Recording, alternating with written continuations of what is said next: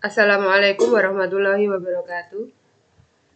Baik anak-anak semuanya, bahwa pada kesempatan hari ini kita akan membahas materi berikutnya tentang turunan, yaitu penerapan turunan pertama. Jadi kita di sini akan mengenal aplikasi turunan dalam permasalahan sehari-hari yang akan kita selesaikan dengan menggunakan turunan pertama tersebut. Baik, kita lihat di slide berikutnya. Yang pertama, kita akan mengaplikasikan turunan pertama dalam menggambar grafik fungsi. Nah, langkahnya seperti apa? Di bawah ini, yang pertama, menentukan titik potong dengan sumbu X dan sumbu Y. Itu apabila mudah ditentukan. Kemudian yang kedua, menentukan interval fungsi naik maupun interval fungsi tersebut turun yang sudah kita bahas di pertemuan sebelumnya. Kemudian menentukan titik-titik stasioner dan jenisnya, kemudian menentukan titik lain untuk memperluas sketsa kurva. Jadi untuk menggambar grafik fungsi dengan menggunakan turunan pertama, kita ikuti langkah 1 sampai dengan 4 ini. Contohnya, gambarlah kurva Y sama dengan Fx seperti X pangkat 3 min X kuadrat min 3X ditambah 3. Langkah yang pertama, menentukan titik potong dengan sumbu X. Karena titik potong dengan sumbu X berarti Y ini sama dengan 0. Kalau Y-nya 0, kita substitusi ke sini. Ini tidak mudah kita tentukan, sehingga titik potong sumbu Y untuk X sama dengan 0, Y sama dengan 3. Jadi titik potong dengan sumbu Y-nya adalah 0,3. Jadi kalau sumbu X-nya susah ditentukan, sudah biarkan aja. Lanjut kepada titik potong dengan sumbu Y, yaitu X-nya 0 berarti Y-nya 3. Kalau titik potong sumbu X, Y-nya 0, X-nya kalau dengan sumbu X, Y-nya 0, ini susah ya, jadi X-nya tidak usah kita cari. Bagaimana nanti? Nanti di langkah keempat kita bisa memperluas sketsa tanpa harus menentukan titik potong dengan sumbu X-nya. Kemudian yang kedua, dari fungsi utama Fx sama dengan seperti X pangkat 3 min X kuadrat min 3X plus 3, maka turunannya adalah ini kita turunkan. X pangkat 2 min 2X min 3. Untuk menentukan interval naik turun, maka kita buat dulu stasioner. F aksen X harus sama dengan 0. Berarti ini F aksen X kuadrat min 2X min 3 sama dengan 0. Karena sama dengan 0, kita faktorisasi X plus 1 kali X min 3. Berarti X1-nya kita dapat min 1, X2-nya kita dapat 3. Kita punya dua titik yaitu min 1 dan 3. Untuk bentuk X kuadrat min 2X min 3 seperti yang saya berikan trik di kelas itu ya, maka polanya adalah ada 3 daerah. Daerah 1, ini daerah 2, ini daerah 3. Polanya karena di sininya positif, ini kan 1X kuadrat, berarti polanya plus, min, plus, atau melalui titik uji juga boleh. Untuk daerah 1 kita uji misalnya X-nya diambil berapa? Min 2, substitusi ke sini. Nanti tandanya plus. Antara min 1 sampai 3 ambil berapa? 0 misalnya. Substitusi ke sini. Nanti tandanya akan negatif. Di daerah 3, berarti lebih dari 3 ini ya. Kita ambil 4. Substitusi ke sini, maka nanti hasilnya pasti positif. Seperti yang saya jelaskan, bahwa apabila bentuk pangkat 2 depannya positif, maka polanya adalah plus, min, plus. Itu. Karena kita sudah punya pola, maka fungsi itu akan naik pada interval mana? Yang bertanda positif ini kan, kalau naik bertanda positif, berarti di sini, di daerah 1, X kurang dari min 1, atau X lebih dari 3. Turun di mana? Di sini. Antara min 1 sampai dengan 3. Nah ini, X lebih dari min 1, X kurang dari 3. Fungsi naik dan fungsi turun. Oke, fungsi naik, fungsi turunnya sudah kita punyai. Kemudian yang ketiga, dengan menggunakan F aksen X pada langkah sebelumnya, ditentukan titik stasioner dan jenisnya. Kita kan punya dua titik, min 1 dan 3. Untuk X sama dengan min 1, berapa F min 1? Substitusi ke fungsi utama yang sebelum diturunkan.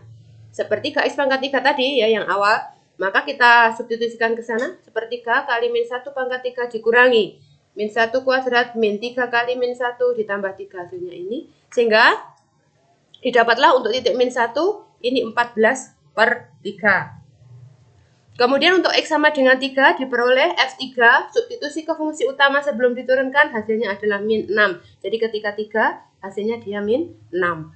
Karena polanya plus berarti dia naik, stasioner turun berarti di sini jenisnya adalah titik balik maksimum di min 1,14 per 3. Kemudian yang ini turun, stasioner, dan naik. Maka dia adalah titik balik minimum di 3,-6. Gitu ya. Jadi ada dua jenis nilai stasioner. Kemudian langkah yang keempat, untuk memperindah kurvanya, kita tentukan titik-titik lain. Ya. Misalnya ambil aja sembarang. Iki biro, min 3, min 2, dan seterusnya ini, dan seterusnya. Kita substitusi ke fungsi utama. Ketika X-nya min 3, dihitung min 6 hasilnya. Min 2, 7/3, dan seterusnya. Sampai dengan ketika X-nya 5, maka Y-nya 14/3. Masuknya ini substitusinya ke fungsi utama sebelum diturunkan. Nah, dari data-data yang kita punya, kita gambarlah pada bidang kartesius semuanya ini tadi. Di min 3,6, min 2,7/3, dan seterusnya. Di samping titik-titik yang sudah kita punya di langkah sebelumnya. Maka diperoleh gambar seperti ini. Nah, ini min 1,14/3 di sini. Kemudian yang ini adalah 3,-6. Di sini jenisnya adalah titik balik maksimum, ini titik balik minimum. Itu. Maka kurvanya kalau digambarkan seperti ini. Nah, begitu sketsa kurvanya. Ya, kita lanjut. Yang B, model matematika yang berkaitan dengan nilai ekstrim fungsi. Nilai ekstrim fungsi itu sama dengan nilai-nilai stasioner itu. Ya, jadi turunan pertama sama dengan 0. Langkah penyelesaiannya bagaimana? Yang pertama, lambangkan dengan huruf semua besaran atau faktor yang terlibat. Kemudian yang kedua, rumuskan semua hubungan yang dapat diterjemahkan dari masalah tersebut. Yang ketiga, rumuskan faktor yang akan dimaksimalkan atau diminimalkan sebagai fungsi dari suatu faktor dari faktor lainnya, atau bentuklah model matematikanya dari permasalahan yang ada itu dalam sebuah variabel. Kemudian yang keempat, tentukan nilai fungsi maksimum atau minimum dari hasil yang diperoleh pada langkah 3. Mana yang maksimum, mana yang minimum. Untuk lebih jelasnya, ikuti contoh berikut. Jumlah dua buah bilangan sama dengan 20. Tentukan kedua bilangan itu supaya hasil kalinya terbesar. Langkahnya bagaimana?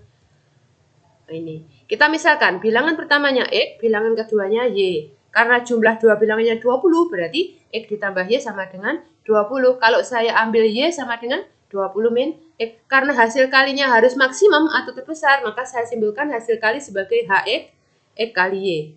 Y-nya kita ganti dengan 20 min X. Maka kita kalikan X kali 20, 20X. X kali min X pangkat 2. Agar mencapai maksimum, sama langkahnya, maka turunan pertama harus sama dengan 0. Saya turunkan sekarang 20 min 2X. Sama dengan 0, berarti X sama dengan 10. Karena X-nya sama dengan 10, berapa Y-nya? Substitusi ke sini. Y sama dengan 20 min X, berarti 20 min 10. Berarti Y-nya sama dengan 10. Sehingga kedua bilangan tersebut, bilangan pertama X adalah 10, bilangan kedua Y adalah 10. Dengan hasil kali maksimum berapa? 10 kali 10, 100. Kemudian berikutnya, contoh soal berikutnya. Seorang anak ingin membuat kotak tanpa tutup.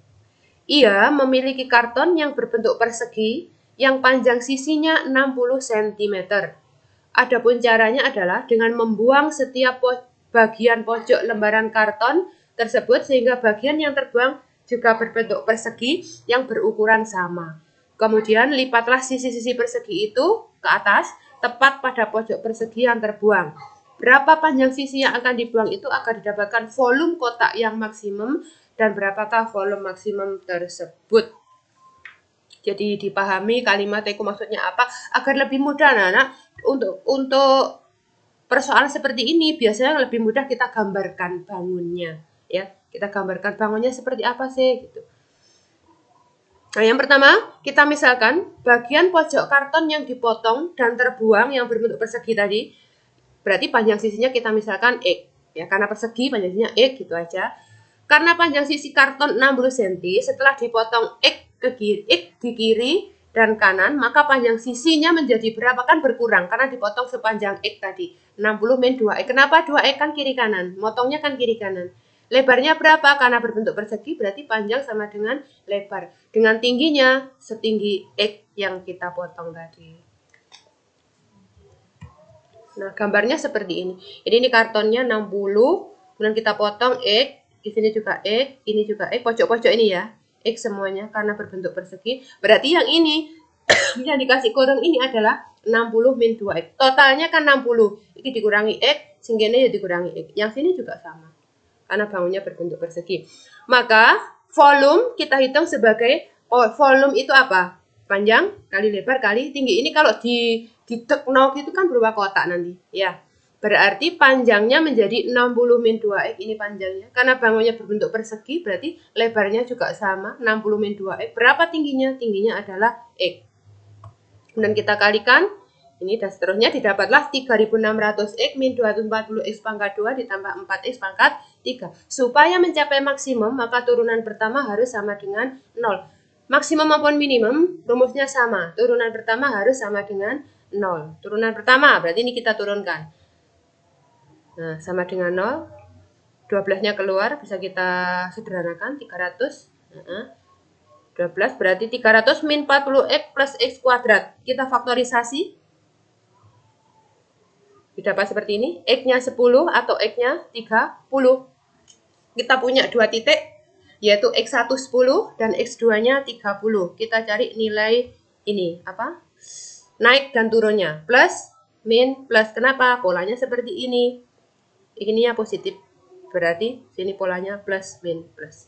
Atau sudah pakai titik uji ya. Titik uji juga boleh daerah 1, daerah 2, daerah 3. Setelah ketemu seperti itu, terlihat bahwa Vx mencapai maksimum pada saat X sama dengan 10. Mengapa? Naik, stasioner, turun. Berarti jenisnya adalah titik balik maksimum. Ya, titik balik maksimumnya di 10. Jadi, panjang sisi persegi yang harus dibuang untuk mendapatkan volume maksimum itu 10 cm. Dan volume yang dihasilkan, kita substitusi nilai 10 ke Vx sebelum diturunkan. Hasilnya adalah 16.000 cm pangkat 3. Kalau yang ini minimum ya, jadi berapa misalnya volume minimum, berarti kamu X-nya di 30. Karena kalau di 30 ini dia polanya kan turun, stasioner naik, berarti di 30 dia titik balik minimum, yang di 10 yang titik balik maksimum. Sehingga kita mencari volumenya sudah ketemu 16.000, jadi volume maksimumnya adalah 16.000 cm3. Baik, yang keempat. Ini gampang. Sebuah mobil melaju dengan posisinya dari titik awal, ditentukan dengan persamaan seperti ini. Tentukan. Yang pertama, kecepatan dan percepatan mobil pada saat T-nya 15 detik, jarak yang ditempuh mobil saat kecepatannya 42 meter per detik. ST-nya seperti itu. Kita lihat penyelesaiannya. Diketahui ST sama dengan T kuadrat min ST sama dengan T kuadrat plus 2T.